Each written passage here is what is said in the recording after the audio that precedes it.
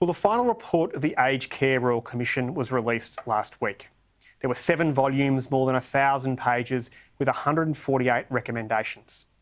In any other week, it would have been the biggest news story around, and we can't let its findings and recommendations slip from the public consciousness. The aged care system is underfunded, undervalued and understressed, and the Royal Commission painted a grim picture of a system that often fails to meet the basic needs of older Australians. Aged care in Australia has been built on market principles and the belief that less regulation is the answer to every problem. It's not. It's a system that's allowed some owners of aged care facilities to become multimillionaires, while allowing 2 in 3 residents to be malnourished or at risk of malnutrition. A system where inadequate wound care is leading to horrific injuries and infections. And it's shocking that currently there's no requirement for a registered nurse to be on site at an aged care home at all times. The $450 million announced by the Prime Minister in the government's immediate response was a necessary first step. But that's not real reform.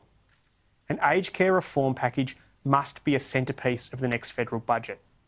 Billions more in funding will be required, and taxes will have to rise to pay for it.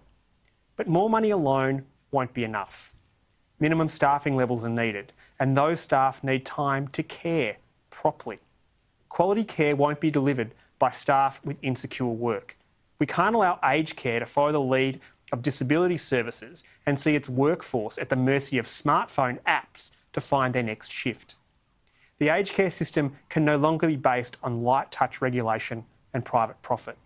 In fact, I think it's time to rethink whether anyone should be able to make profits from aged care at all.